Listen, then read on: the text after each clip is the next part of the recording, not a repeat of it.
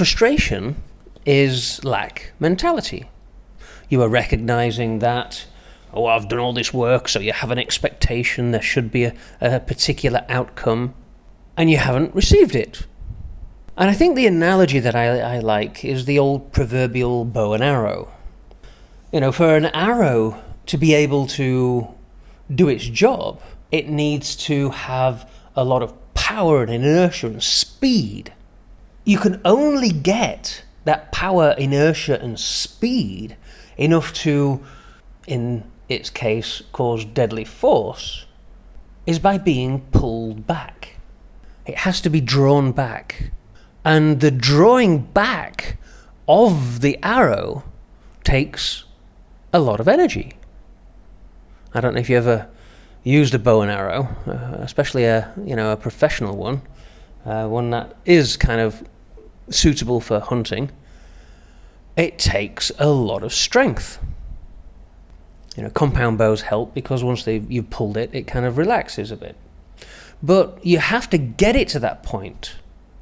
And kind of expounding on this analogy, with a compound bow is the ones where you see these little cogs and wheels on the end of the bow. And you pull the string back, and as it gets to the full draw, the cogs, so to speak, I've got this cam which relaxes. So it doesn't take the full strength of the bow to hold the string all the way back. This is the problem with a long bow, with a traditional bow, is, all the weight is on it all the time. And the problem with that is if you're attempting to aim, you're straining, which can cause you to wobble. So the compound bow relaxes. But it's the same with the self-development. What we've got to do is do all the work and put the hard work in. And then you'll get to a point where you need to aim all of that energy.